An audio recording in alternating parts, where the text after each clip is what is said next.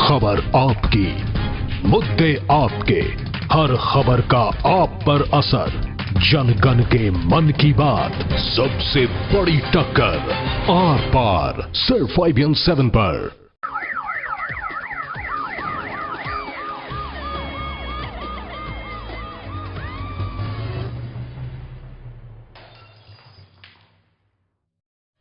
आज हम आपको जो कहानी सुनाने जा रहे हैं उसे सुनकर आपके रोंगटे खड़े हो जाएंगे। कभी आपने सोचा है आखिर क्यों होता है जो शख्स जिससे सबसे ज्यादा प्यार करता है उसे ही क्यों सबसे ज्यादा तकलीफ देता है?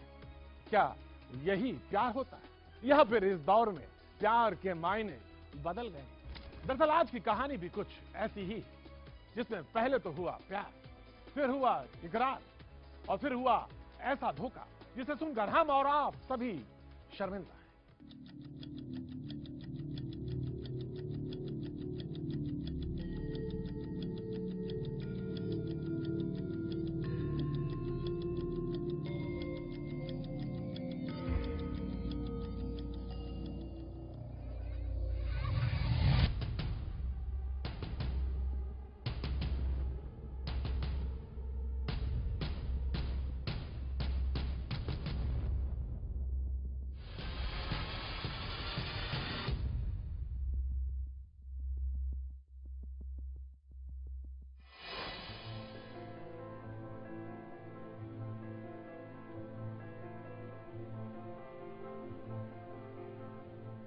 पता नहीं क्यों तुमसे मिलकर अच्छा लगता है राजू।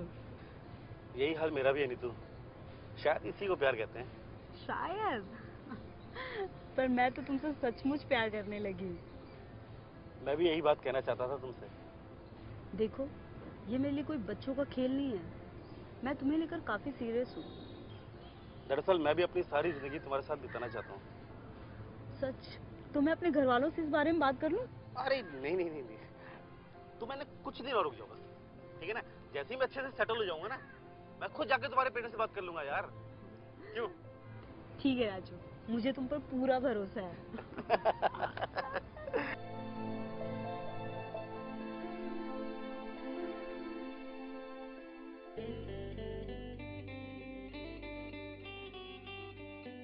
दरअसल नवादा के रहने वाले राजू गहलोत और नीतू की मुलाकात साल 2009 में दिल्ली में ही हुई थी, लेकिन दोनों की दोस्ती कब प्यार में बदल गई ये खुद नीतू और राजू को पता ही नहीं चला।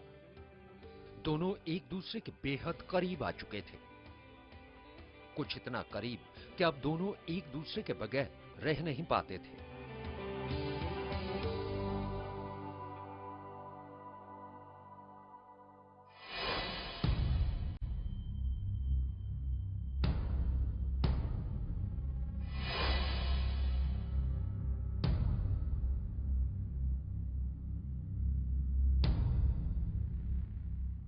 बस रिश्तों के भंवर में उलझी हमारी आज की कहानी इन्हीं दोनों किरदारों के इर्द गिर्द घूमती है। एक दूसरे को दिलो जान से चाहने वाले नीतू और राजू के लिए एक पल की दूरी भी मुमकिन नहीं थी।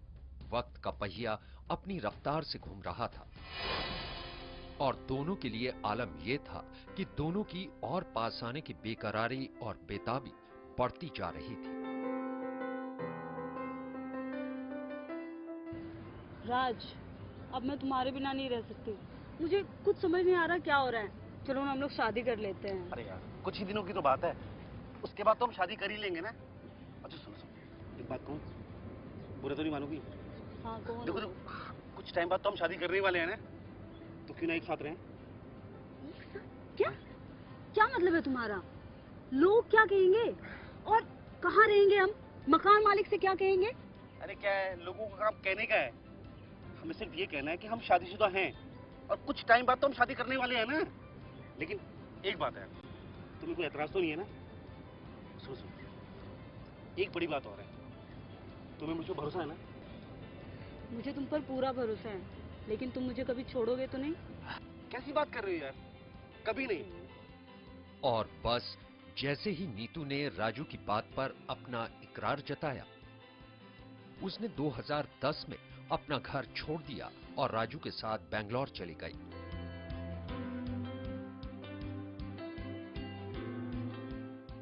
करीब 6 महीने बेंगलौर में रहने के बाद राजू और नीतू वापस दिल्ली आ गए।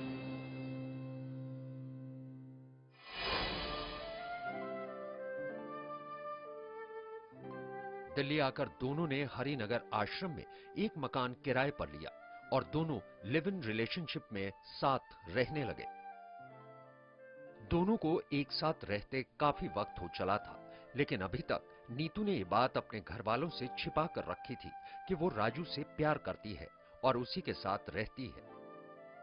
और इस बीच नीतू अपने घर वालों से जब भी बात करती तो उनसे कहती कि वो दिल्ली में नहीं बल्कि नौकरी के सिलसिले में सिंगापुर गई हुई है और उसे कुछ वक्त तक वहीं रहना पड़ेगा। इतना ही नहीं, वो जब भी अपने घर वालों से बात करती तो उन्हें इस बात की जरा भी भनक नहीं होने देती कि वो सिंगापुर नहीं बल्कि दिल्ली से ही बात कर रही है।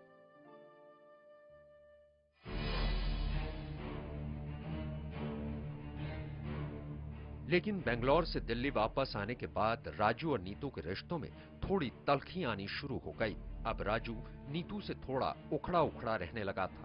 अगर नीतू चाहकर भी राजू से शादी की बात करने की कोशिश करती तो वो उसकी बात को टाल देता या फिर काम का बहाना बनाकर उसे फिर कभी बात करने के लिए वहां से चला जाता। गुजरते वक्त के साथ नीतू भी समझ चुकी थी कि राजू अब वो राजू नहीं रहा है जिसे वो जानती थी और जिसके साथ वो शादी के सपने बुन रही थी। उधर नीतू को लेकर राजू का रवैया बिल्कुल बदल चुका था। वो बात बात पर उससे नाराज रहने लगा था। नीतू को लगने लगा था कि राजू उससे कुछ छिपा रहा है और जब दोनों के बीच दूरियां बढ़ी तो अब रोज दोनों में झगड़े होने लगे। नौबत यहां तक पहुंच गई कि नीतू जब भी राजू से शादी की बात करती तो राजू नीतू पर हाथ उठा देता था।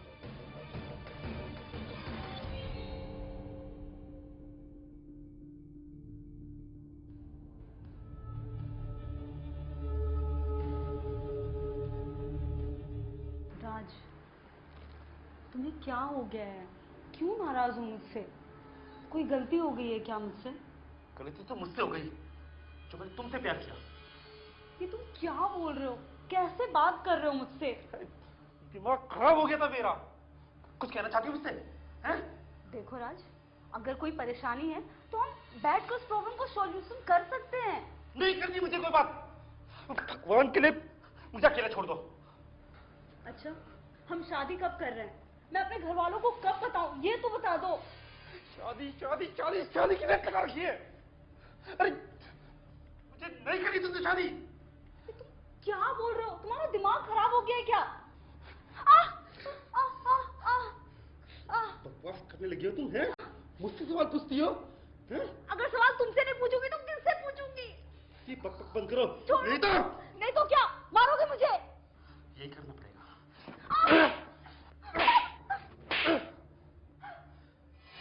इसके बाद राजू और नीतू में रोज रोज झगड़े होने लगे। राजू और नीतू के बीच में दूरियां बढ़ती जा रही थी। कहीं किसी रोज अगर नीतू राजू से बात करने के लिए उसके पास आती थी तो राजू उसे पीटता था या फिर उसे नजरअंदाज करके कहीं दूर चला जाता था। दरअसल अब नीतू को समझ में नहीं आ रहा था कि आखिर वो करे तो क्या करे। नीतू को राजू की बेरुखी का सबब समझ में नहीं आ रहा था कि आखिर राजू को बेंगलौर से वापस दिल्ली आकर हो क्या गया है। वो क्यों उससे दूर होता जा रहा है। नीतू को यह डर लगने लगा था कि अब शायद वो अपने रिश्ते को नहीं बचा पाएगी। उसे सिर्फ अपना रिश्ता टूटने का ही डर नहीं था, उसे ये डर भी सता रहा था कि अब राजू उसको कभी भी छोड़ सकता है। लेकिन शायद उसे अपने प्यार पर भरोसा था, इसलिए वो राजू के उसे पीटने के बावजूद उससे रिश्ता निभाई जा रही थी।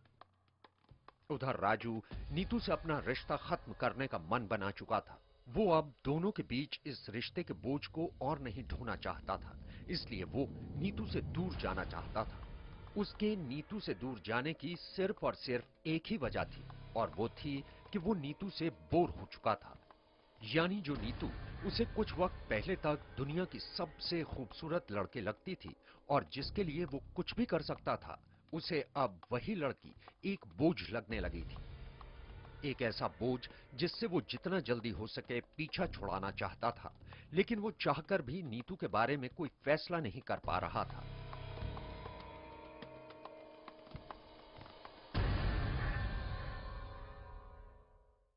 दरअसल ये ट्विस्ट और कुछ नहीं था।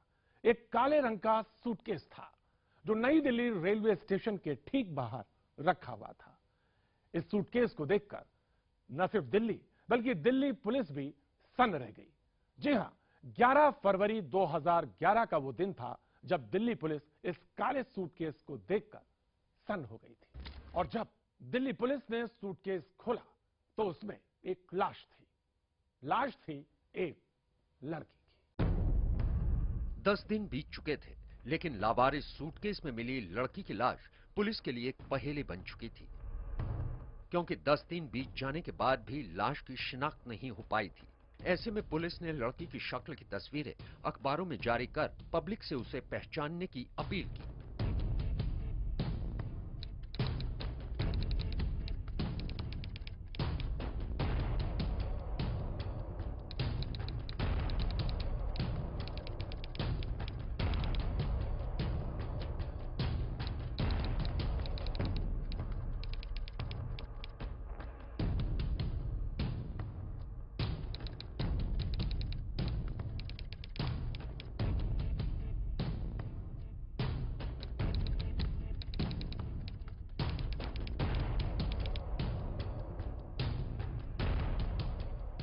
लेकिन 10 दिन बाद एक आदमी उस लाश की शिनाख्त के लिए पुलिस स्टेशन पहुंच गया और उसने पुलिस वालों से जो कहा उसे सुनकर वो भी हैरान रह गए। क्या आप इस लड़के को जानते हैं?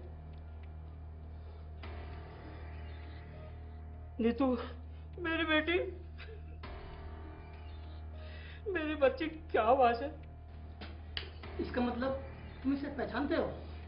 जी हाँ, ये मेरी बेटी नीतू है। मैं अपनी बेटी को नहीं पहचानूंगा तो किसे पहचानूंगा?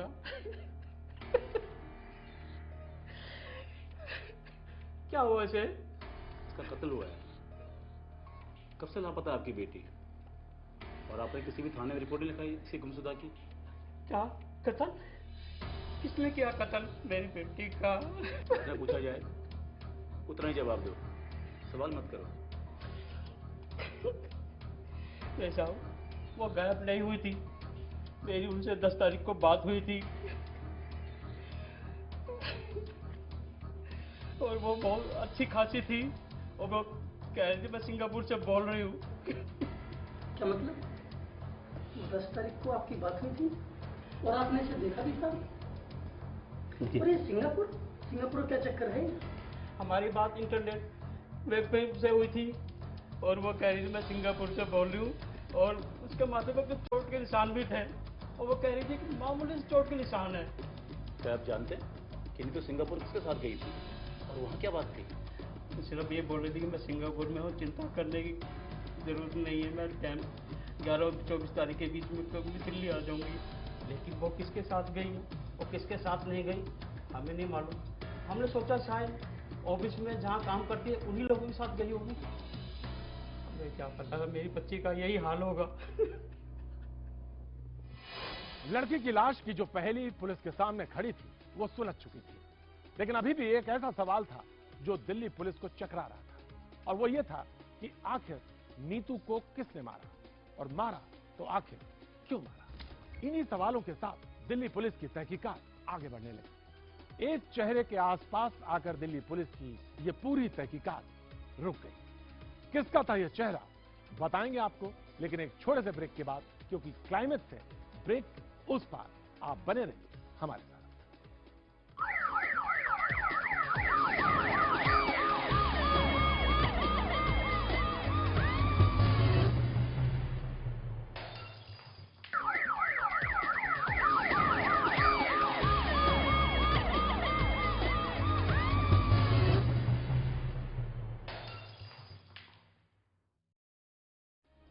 नीतू की मौत के साथ साथ दिल्ली पुलिस को एक सवाल और उलझा रहा था और वो ये था कि नीतू अपने परिवार वालों से झूठ क्यों बोल रही थी।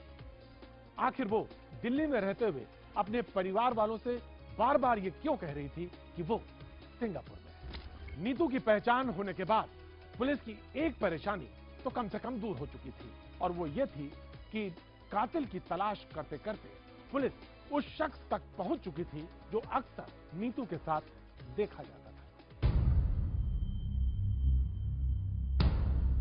नीतू के पिता की बातों ने पुलिस को उलझा दिया। उसे समझ नहीं आ रहा था कि आखिर वो अपने घर वालों से झूठ क्यों बोल रही थी। तब पुलिस ने नीतू के दोस्तों को खंगालना शुरू किया। इससे पुलिस को राजू गहलोत का पता चला और यह भी खुलासा हो गया कि नीतू अक्सर राजू के साथ ही देखी जाती थी, जबकि राजू के बारे में नीतू के घर वाले कुछ भी नहीं जानते थे। अब पुलिस के सामने यह बात शीशे की तरह साफ हो गई कि आखिर नीतू क्यों झूठ बोल रही थी। इसी बीच पुलिस को राजू का मोबाइल नंबर मिल गया और उस मोबाइल ने राजू की तमाम लोकेशन और उन लोगों के पते दे दिए जहां जहां राजू 10 और 11 फरवरी को रहा और गया था। पुलिस को अब अंदाजा होने लगा कि आखिर ये सब कुछ कैसे हुआ होगा।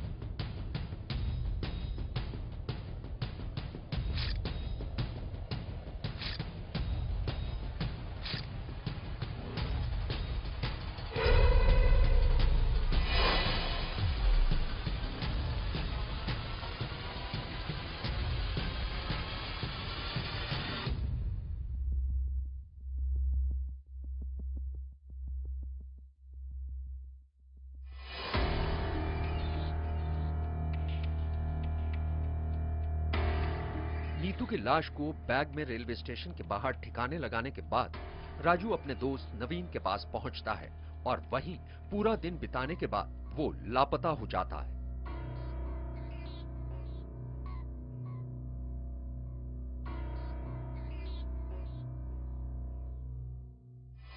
करीब 5.5 साल से दिल्ली पुलिस राजू गहलोत को तलाश रही है। ना तो राजू मिला और ना ही उसकी परछाई।